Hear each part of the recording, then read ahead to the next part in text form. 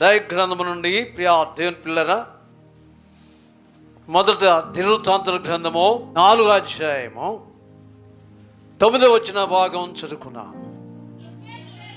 ఎబ్బేజు తన సహోదరులందరికంటే ఘనత పొందిన వాడై వేదన పడి ఇతనిని కంటిని అని అతని తల్లి అతనికి ఎబ్బేజు అను పేరు పెట్టెను. ఎబ్బేజు ఇశ్రాయేలు దేవుని గూర్చి మొర్రపెట్టి, నీవు నన్ను నిత్యముగా ఆశీర్వదించి నా సరిహద్దును చాలపరిచి నీ చేయి నాకు తోడుగా దయచేసి నాకు కీడు రాకుండా దానిలో నుండి నన్ను తప్పించుము అని ప్రార్థింపగా దేవుడు అతడు మనవి చేసిన దానిని అతనికి దయచేసాను. నేను ప్రార్థన చేసుకున్నాను. ప్రభువా, ఈ వాక్యం బట్టి మీరు మాతో మాట్లాడండి. యేసుక్రీస్తును ప్రార్థిస్తున్నాము తండ్రి. ప్రేమ దేవుడు గమనించండి, ఈ చదవబడిన వాక్యములో ప్రత్యేకంగా ప్రార్థనకు అంశం ఉంది. దేవునిగా జీవిస్తున్న ఒక యవనస్తుడు, కుటుంబీకుడు ఉన్నాడు ఇక్కడ. అతని పేరు ఎబ్బేజు. తను ఒక్కడే కాదు, కుటుంబంలో కొంతమంది బిడ్డలు ఉన్నారన్నమాట. ఎబ్బేజును పేరు పెట్టడానికి గల కారణం పైన వాక్యములో వ్రాయబడి ఉంది. వేదన పడి అతనిని కంటెనని తన తల్లి అతనికి ఎబ్బేజును పేరు పెట్టెను. అంటే వేదన పుత్రుడు అని అర్థం అన్నమాట. దీనిని బట్టి ప్రియ దేవుని పిల్లరా, తన యొక్క సహోదరులు ఆ బిడ్డను మాటలతో హింసిస్తున్నారనమాట. ఎబ్బేజు వీడు యాదన పుత్రుడు రా, దుఃఖపడింది రా అమ్మాయిని గడిదేటప్పుడు, ఇలాగో కొంత మానసికంగా హింసిస్తున్నారన్నమాట. వాస్తవ విధానం మానసికంగా హింసించే మాటలు అన్నప్పుడు ఖచ్చితంగా ఆ వ్యక్తి జీవితంలో చాలా బాధ కలిగి ఉంటాడు. పిల్లలు తనతో ఉన్నవారు, తన సహచరులు, తనతో తిరిగిన వారు, తన పక్షంగా ఉన్నటువంటి స్నేహితులు కానీ మానసికమైన వేదన కలుగు మాటలు పలికినప్పుడు ఆ మనుషుల యొక్క జీవితం కృంగిపోద్ది అన్నమాట, బాధ అనిపిస్తుంది అన్నమాట. ఈ కుమారుడు కూడా అలాగే ఆ కుటుంబీకులు అంటూ ఉన్నారన్నమాట. వేదన పడటం అనేది నా జీవితంలో నేను అనుభవించాను. మానసిక బాధతో కూడిన మాటలు అన్నప్పుడు నేను కూడా చాలా బాధ అనిపించానండి.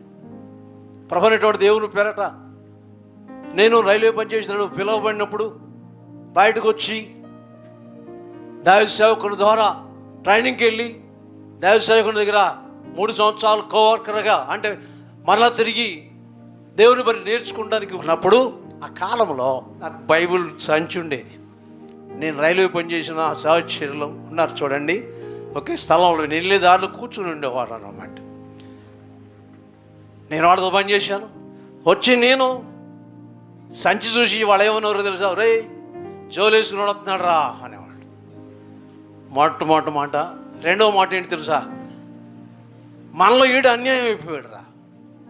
ఏంటండి, నేను వింటూ ఉండగా వెళుతూ ఉన్నప్పుడు వాళ్ళ మీదుగా అప్పుడు మానసికంగా ఎంత బాధ అనిపిస్తామో ఆలోచించండి. వాస్తవా, మానసికంగా బాధ అనిపించేది. నేను వెళ్ళి గన్నవరం పోవడానికి బస్సులో కూర్చొని కళ్ళం నీళ్ళు పెట్టుకుని ఏడ్చుకుంటూ పోయేవాడిని అన్నమాట. ఇంటికి దిగి వెళ్ళేసరికి మొఖం కొంచెం తేడా కనపడేది. మా అమ్మ ఆత్మీయ తల్లి అనేది, అయ్యా ఏంటి ముఖం ఒక రకంగా ఉంది, అమ్మాళ్ళు ఏమన్నా అన్నారా అనేది. అదే వాళ్ళు ఏమనలేదమ్మా, వాళ్ళు ఏమన్నా కాదు నాన్న, నేనేం తేగడలేకమ్మా, కాదు నాన్న, నీ ముఖంలో కనపడుతుంది కదా నాకు ఏదో జరిగింది అనేది అంతవరకు. కానీ నేను అమ్మకి ఏం చెప్పేవాడిని కాదు. కానీ ఆ రాత్రి పూట మోకరించి వేదన పడేవాడిని అన్నమాట. దేవుని సన్నిధిలో, ప్రభా నిజమే, నా స్థితి ఏంటి, నన్ను ఈ విధమైన మానసికంగా వేదన పరిచే మాట్లాడుతున్నారు నాయన. దీనిని బట్టే ఒక పాటలో వచనాన్ని రాశారన్నమాట. దేవుని స్తోత్రం కలుగును గాక. లోకమే నన్ను వీడినా నా వారే వెలివేసిన, లోకమే నన్ను వీడినా నా వారే వెలివేసిన, నా ప్రకటనతోను నీ వాక్యము నా జీవిత కాలమంతా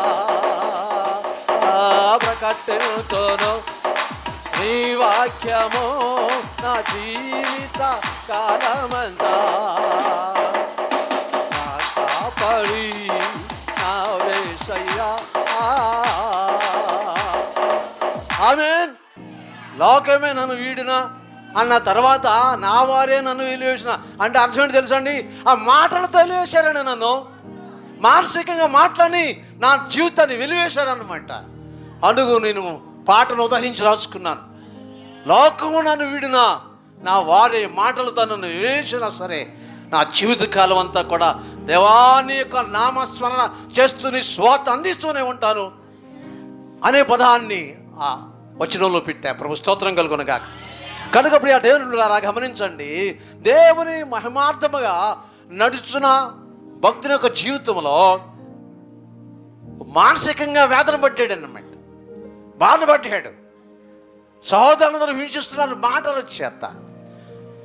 ఆలోచించి నా సహోదరుల కంటే నా దేవుని యొక్క నా మహిమార్థం ఆయన అడిగి నా జీవితంలో ఒక గొప్ప స్థానాన్ని నా దేవుడు ఇచ్చేలాగా ప్రార్థన చేసుకుంటానని చెప్పి ప్రార్థన ప్రారంభించాడు అన్నమాట. దేవుని స్తోత్రం కలుగునుగాక. ఇప్పుడు చూద్దాం 10వ వచనములో ఎబ్బేజు ఇశ్రాయేలు దేవుని గూర్చి మొర్రపెట్టి నీవు నన్ను నిశ్చయముగా ఆశ్రయించి నా సరిహద్దు విశాలపరిచి నీ చేయి నాకు తోడుగా ఉండ దయచేసి నాకు కీడు రాకుండా దానిలో నుండి నన్ను తప్పించుము అని ప్రార్థింపగా. ప్రభు స్తోత్రం కలుగునగా. హల్లెలూయా. మొట్టమొదటి మాట ఏంటి తెలుసా అండి?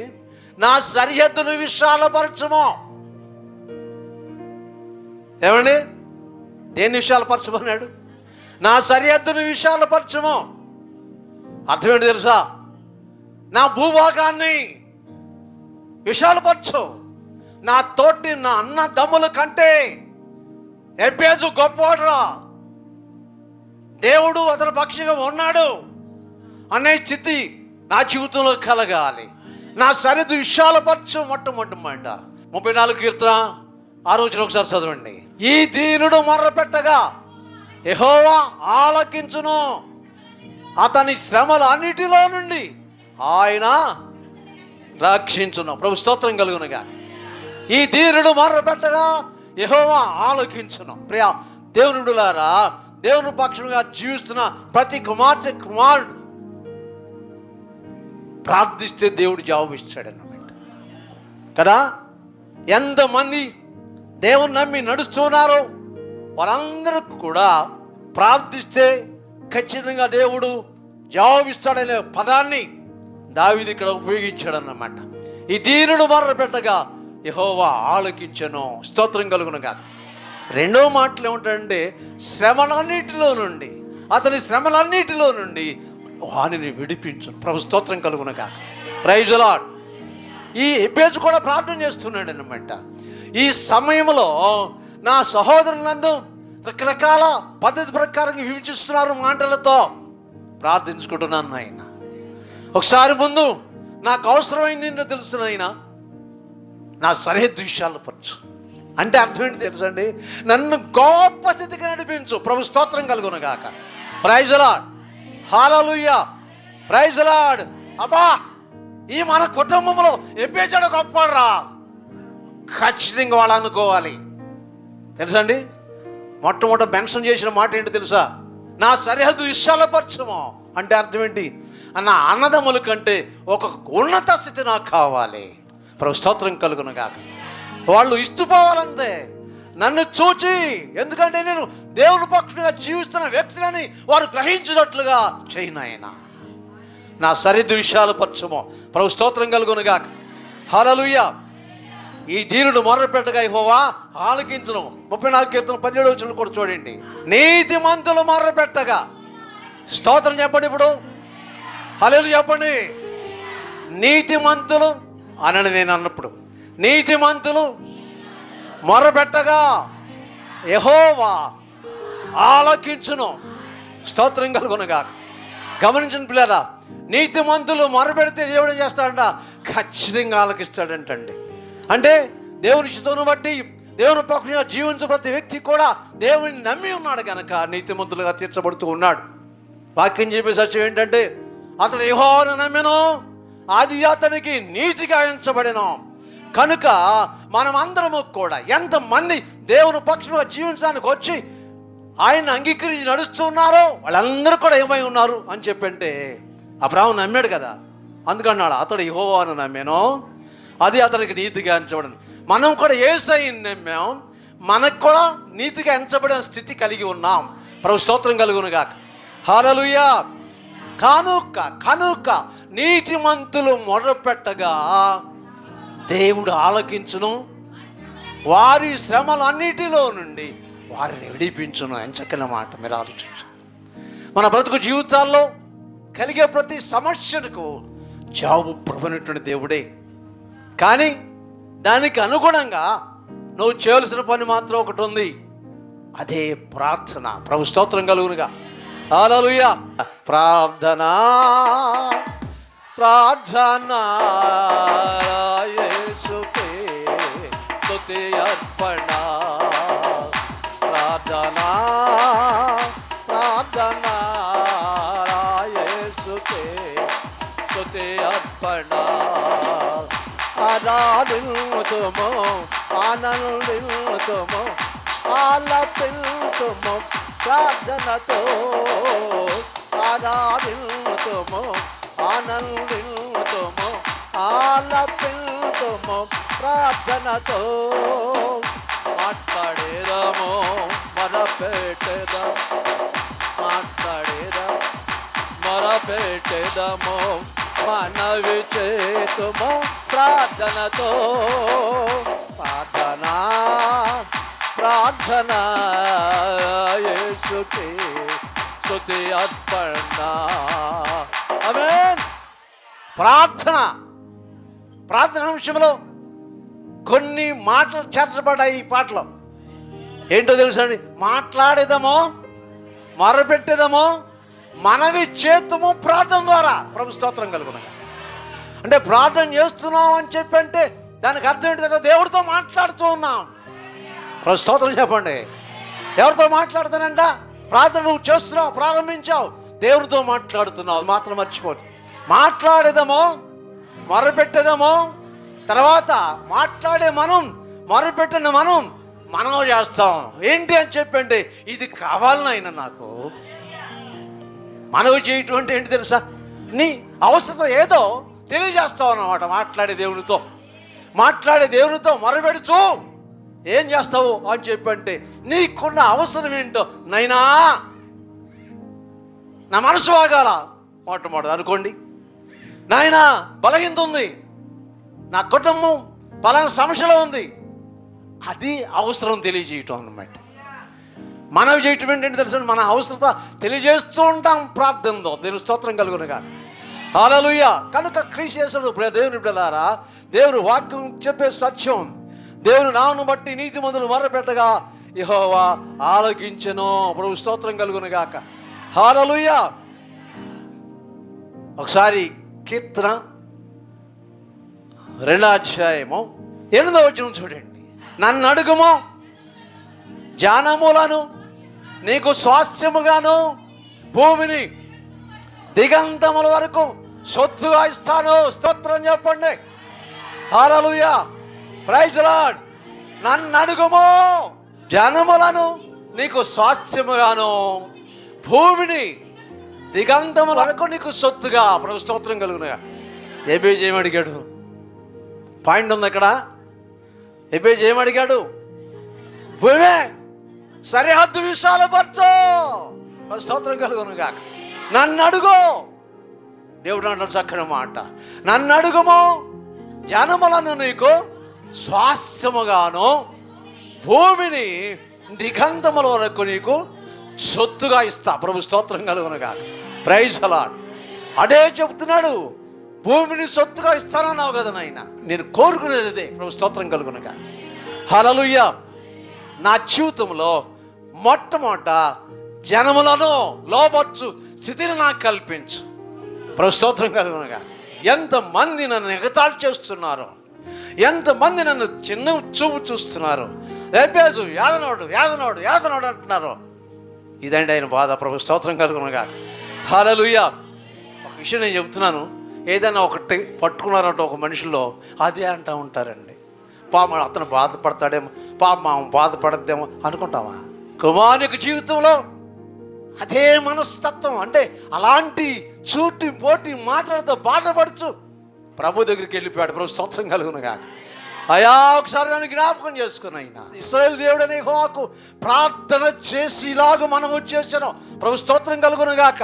ఆశీర్వదించు అనే మాట శ్రేష్టమైంది, అందరం కోరుకుంటాం కదండి. కానీ దానికి వివరణ ఇస్తున్నాడు అనమాట. నన్ను ఆశీర్వదించి, ఆశీర్వాదంలో భాగం ఏంటో తెలుసునైనా సరిహద్దును విశాలపరచు, నన్ను కోపాస్తిపరుడుగా చేయి, ఎక్కువ భూమి కలిగిన వ్యక్తిగా చేయి నన్ను అంటున్నాడా లేదా? స్తోత్రం కలుగునుగా. దేవుడు కూడా ఏమన్నాడు కీర్తనలో, నన్ను అడుగుమో నీకు జనములను స్వాస్థ్యముగాను భూమిని నీకు సొత్తుగా ఇస్తాను. ఇది ఆయన చేసిన వాగ్దానమేనండి. ప్రభు స్తోత్రం కలుగునుగాక. హల్లెలూయా. ఎవరు చేసిన వాగ్దానం అండి? దేవుడి వాగ్దానం చేసి అడిగితే ఇస్తాడండి. ప్రభు స్తోత్రం కలుగునుగాక. Praise the lord.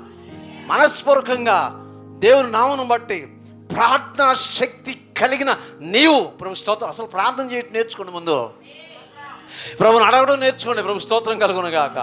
ఆయన ఇచ్చేవాడు ఇస్తాడంతే. ప్రభు స్తోత్రం కలుగునుగాక. తప్పకుండా ఇస్తాడండి, విడిచిపెట్టడు ఆయన, విడిచిపెట్టడు. ప్రభు స్తోత్రం కలుగునుగాక. రక్త ప్రోక్షణ సెలవు శక్తి కలిగినటువంటి ఆయన మనకిచ్చి ఆ రక్తములో సెలవు శక్తితో కడిగి ఆయన బిడ్డగా చేసుకున్న ఆయన కుమారులమైన మనకు ఆయనకు బిడ్డలమై ఉన్నాం. ప్రభు స్తోత్రం కలుగునుగాక. కనుక మనం అడగాల్సిందే. కనుక దేవుడు ఏమన్నాడు? నన్ను అడుగుమో అంటాడు అన్నమాట. స్తోత్రం కలుగునుగాక.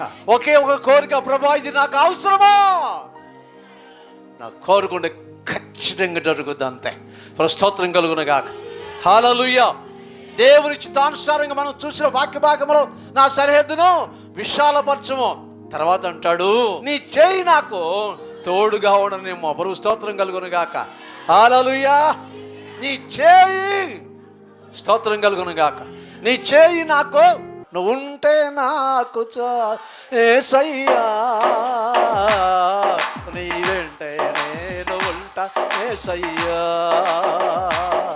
నీ ఉంటే నాకు చాలు యేసయ్యా, నీ వెంటే నేను ఉంటా యేసయ్యా, నీ మాట చాలయ్యా, నీ చూపు చాలయ్యా, నీ చూపు చాలయ్యా, నీ నీడ చాలయ్యా, నీ ఉంటే నాకు చాలు యేసయ్యా,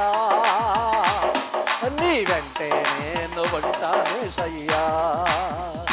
హల్లెలూయా. నువ్వు ఎప్పుడు ఉండాలి అంతేనా? ఆయన కోరుకుంది సరిహద్దులు విశాలపరచము. తర్వాత నీ చేయి నాకు తోడుగా ఉండనమ్మ. ప్రభు స్తోత్రం కలుగునుగాక. Praise the lord. హల్లెలూయా. ఆయన చెయ్యి మనల్ని పట్టి నడిపిస్తే ఎంత శ్రేష్టమో. ప్రభు స్తోత్రం కలుగునుగాక. హల్లెలూయా. హల్లెలూయా. నీ చేయి నాకు తోడుగా ఉండనిమ్ము, నాకు కీడు రాకుండా దానిలో నుండి తప్పించుము అని ప్రార్థన చేసి చివరి మాటలో శ్రేష్టం ఏంటో తెలుసు? ఏ కీడు రాకుండా, స్తోత్రం కలుగునుగాక, ఏ కీడు రాకుండా, ఏ అపాయం రాకుండా, అంతేనండి చివరిగా కోరుకుంది. దేవుడు అతడు మనవి చేసిన దానిని అతనికి దయచేసిన. స్తోత్రం చెప్పండి. Praise the lord. అంటే అర్థం ఏంటి? ఇచ్చేసాడండి. ఈ మధ్యన దయచేసాను అంటే ఇచ్చేసాడు అనమాట. ప్రభు స్తోత్రం కలుగునుగాక. హల్లెలూయా. Praise the lord. ఎందుకో తెలుసా అండి?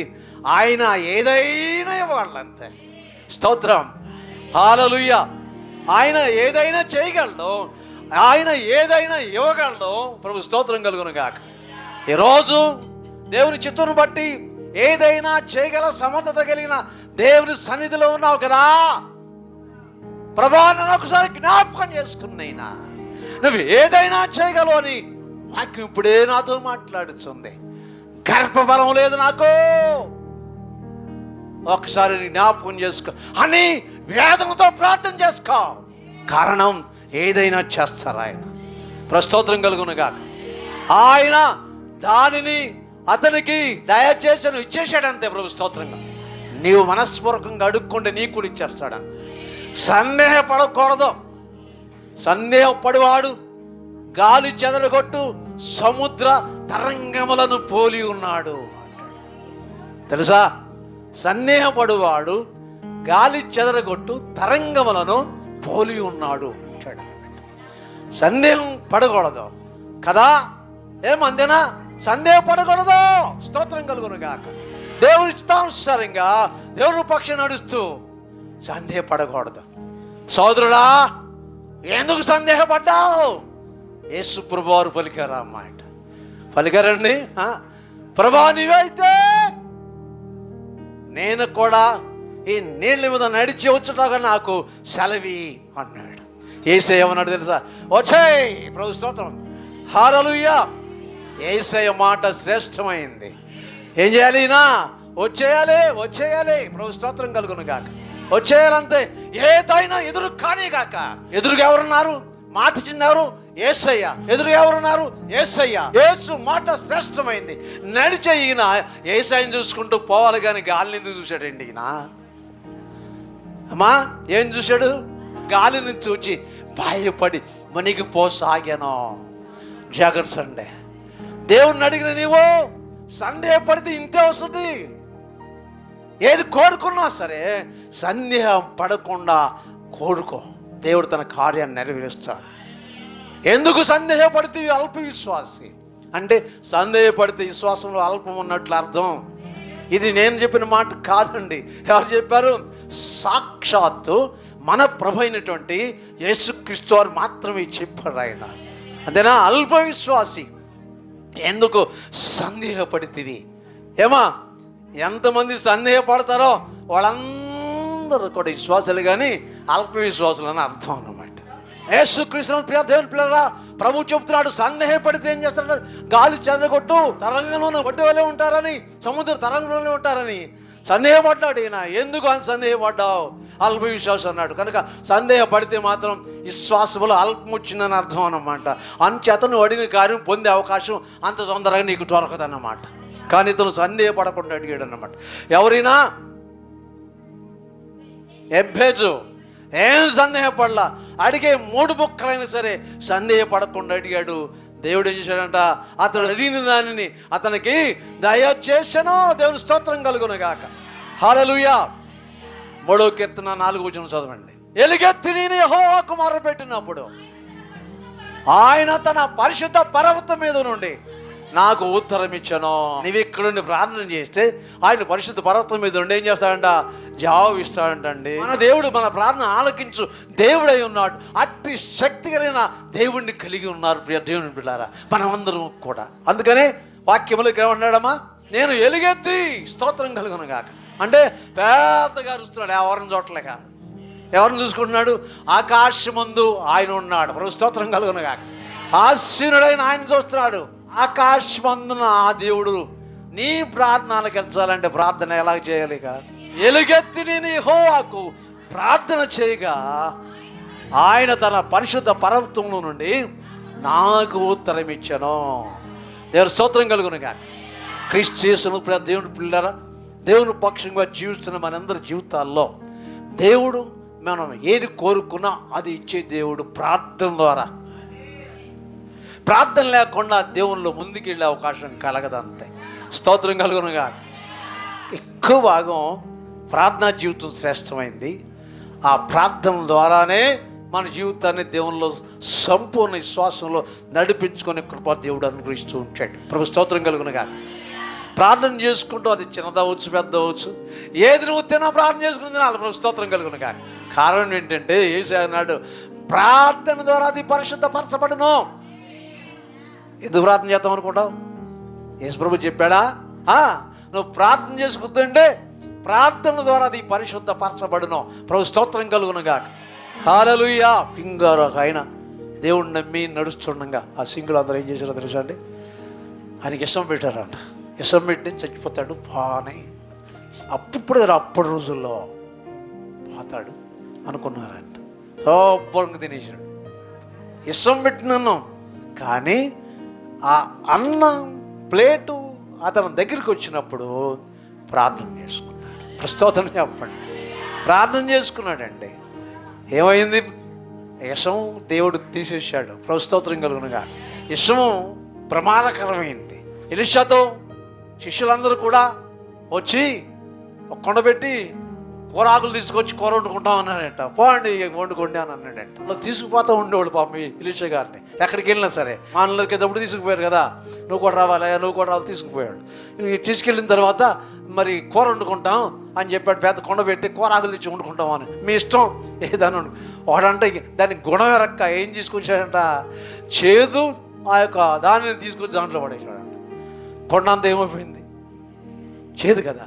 అలా నాలుక మీద అది వేసుకున్నప్పుడు వండిన దాన్ని చేదుగా ఉందంట. అప్పుడు వెంటనే ఆయన దగ్గరికి పోయారు. దేవుని నామను బట్టి ఏమన్నారు తెలుసా? నాయనా కొండలో వేసుకున్నాను అన్నారు. స్తోత్రం కలుగునగా. ఆయన ఒక ఆకు తీసుకురామన్నాడు. ప్రార్థన చేసి దీన్ని దాంట్లో పడేయండి అన్నాడు. అంతే. స్తోత్రం కలుగునగా. దైవజనుడు దాన్ని చెట్టు మొక్కను తీసుకురమ్మన్నాడు. ఆ మొక్కను పట్టుకుని ప్రార్థన చేశాడు. విషమును దైవజనుడు దేవుని సేవకుడు ప్రార్థన చేయగానే ఆ మొక్క దాంట్లో వేయగానే విషమంతా పోయింది. ప్రభు స్తోత్రం కలుగునగా. ఆలోచించండి, దేవుడు దైవజనులకి అంత పవర్ ఇస్తాడండి ప్రార్థనలో. అర్థమైందా? ఏమండి చూడండి, ఎలీషా గారు ప్రార్థన చేయగానే కొండలో విషమంతా ఏమైపోయింది, పోయింది. ప్రభు స్తోత్రం కలుగునగా. కానీ దానికి కూడా అవసరమైంది. ఏమైందో తెలుసా? ఇప్పుడు చెప్పండి. ఆయన కూడా దైవజనుడు కూడా ఏం చేశాడు? తీసుకొచ్చిన మొక్కను స్తోత్రనైనా ఇష్టాన్ని తొలగించు అని దీన్ని ప్రార్థించి పంపించాడు. స్తోత్రం కలుగునగా. అందులో కానీ విషయం అయిపోయింది, పోయింది. అంటే ప్రార్థనలో ప్రభావం ఉంటుంది, ప్రార్థనలో జీవం ఉంటుంది. ప్రభు స్తోత్రం కలుగునగా.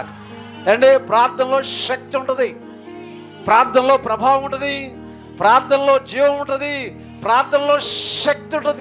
దేవుని బిడ్డలారా, కనుక ప్రతి దానికి కూడా బిడ్డలైన మనం ప్రార్థన చేసుకుంటూ ఉండాలా. ప్రభు స్తోత్రం కలుగునగా. మా దేవుడు అతీతుడు. చూడండి, ఆఖరి మాటలో నేను ఎలుగెత్తి ప్రార్థన చేయగా యెహోవా తన పరిశుద్ధ పర్వతం నుంచి ఆలకించెను. యెహోవాయే నాకు అదండి. దేవుడేనండి మనకు ఆధారం. స్తోత్రం కలుగునగాక. హల్లెలూయా. ఏమండి, దేవుడే మనకు ఆధారం. ఎవరు ఆధారం అంటే దేవుడే, యెహోవాయే మనకు ఆధారం. మనకు ఆధారం ఏంటంటే నూతన నిబంధన సహవాసులకు అందరికీ కూడా యేసయ్యే మన ఆధారం, యేసయ్యే మన ఆధారం. ప్రభు స్తోత్రం కలుగునగా. ఎక్కడికి వెళ్ళినా యేసయ్యని పెట్టుకుని పోండి. స్తోత్రం కలుగునుగాక. ఏం జరుగుతున్నా ఇదని ప్రమాదం తెలియదు. యేసు రక్తమే చేయం, యేసు రక్తం చేయనుకుంటా ఉండండి. స్తోత్రం కలుగునుగాక. అపవాది పోద్ది, అలాగే వచ్చే శోధన కూడా దూరం అవుతుందండి. విశ్వాసకు అవసరం ఉంది. ఏం తెలుసు అండి? యేసు నామ స్మరణ జపం మనసులో ఉండాలి. ప్రభు స్తోత్రం కలుగునుగాక. ఆమె వెళ్ళింది అనుకోండి, ఉదాహరణ చెబుతున్నాను, అటుకుండా మనం వెళ్ళాలి. ఏం చెప్తామో తెలుసా? యేసు రక్తం చేయి, యేసు రక్తం చేయి, యేసు రక్తం. ఎన్నిసార్లు వెళ్ళాను నేను అలాగూ. మళ్ళీ వెళ్ళి చూసేటప్పుడు కూడా ఇలా వెళ్ళిపోయి పక్క ఉంటుండే, మరలా తిరిగి స్తోత్రం చూసా ఇటు అంట కిందకి వెళ్తా ఉండే, కానీ నన్ను చూసేది కాదులే. స్తోత్రం దాన్ని దాటేటప్పుడు యేసు రక్తమే చేయి, వేసాం జుర్రు అంటూ వచ్చేవాడు. దేవుడు స్తోత్రం కలుగునుగా. యేసు రక్తం నామస్మరణ మన మనసులో ఉంటే యేసు రక్తంలో విజయం కలుగుద్ది అన్నమాట. స్తోత్రం కలుగునుగా. ఏదైనా మనం చెడ్డ స్వప్నం వస్తుంది, లేచేటప్పుడు ఏమనుకుంటాం? లేకంగానే తోచూతూ అనుకుంటారు. మొట్టమొదటి యేసు రక్తం చేయం, యేసు రక్తం చేయం. విశ్వాసులం కదండి, దేవుని బిడ్డలం కదండి. యేసు రక్త శక్తి అంత ప్రభావం కలిగి ఉంటుంది. అందుకనే ప్రతి దానికి యేసు రక్తాన్ని వాడుకోండి, శారీరకంగా వాడుకోండి. అంటే మన బలహీనతల కొరకు యేసు రక్తాన్ని వాడుకోండి. నువ్వు బయలుదేరేప్పుడు యేసు రక్తాన్ని వాడుకోండి. స్తోత్రం కలుగునుగాక. నేను అవసరం మీద యేసు రక్తం వేసి బయలుదేరండి. ప్రభు స్తోత్రం కలుగునుగాక. నీ ప్రయాణ మంత్రులు కూడా దేవుడు క్షేమం చేకూరుస్తాడంతే. మనం ఎక్కడికైనా బయలుదేరినప్పుడు ఏం చేయాలి తెలుసా? యేసు రక్తం అనుకొని వెళ్ళిపోవాలంతే. దేవుడు స్తోత్రం కలుగునుగాక. ఎందుకు ఇక్కడ ఏ గుర్తుంది? శిలువ గుర్తు, శిలువ గుర్తు. నువ్వు వేసిన యేసు ప్రభువు యొక్క రక్తధారలు ఇక్కడ వేసో కదా గుర్తు. ఆ వెంటనే దేవుడు దాన్ని శిలువ గుర్తుగా మార్చేస్తాడు అన్నమాట. అది అపవాదిని ఇక ఆ మనుషుల దగ్గరికి రానివ్వదన్నమాట. ప్రభు స్తోత్రం కలుగునుగాక. అంత కృప దేవుని బిడ్డలకు దేవుడు దాచి ఉంచాడు. ఈరోజు దేవుని వాక్యం ఉన్న ప్రియ దేవుని బిడ్డలారా, ఎబ్బేసు ప్రార్థన దేవుడు ఆలోకించాడు. మొట్టమొదటి తన సరిహద్దులు విశాలపరిచాడు. రెండవది దేవుని నామను బట్టి దీవించాడు. ఆ తర్వాత కీడు రాకుండా చేశాడు. స్తోత్రం కలుగునగా.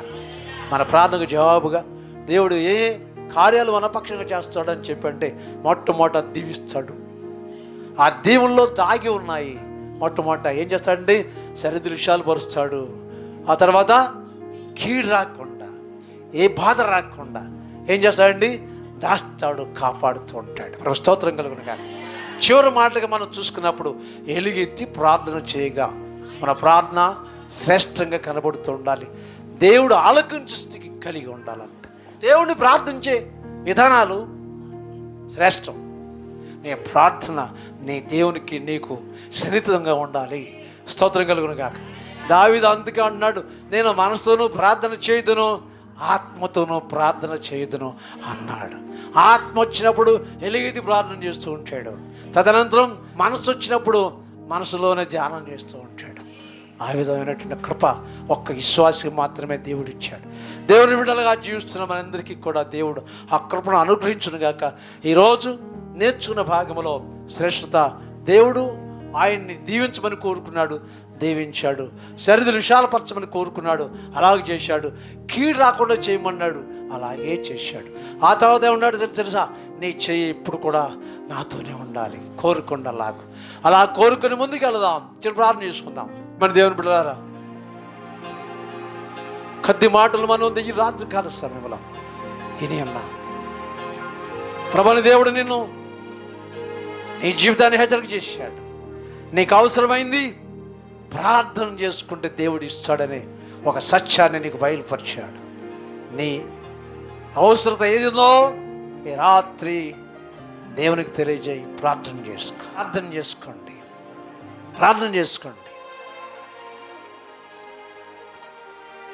చేమగలిగిన పేపర్లకు పుట్టడం మీకు వందనాలైనా.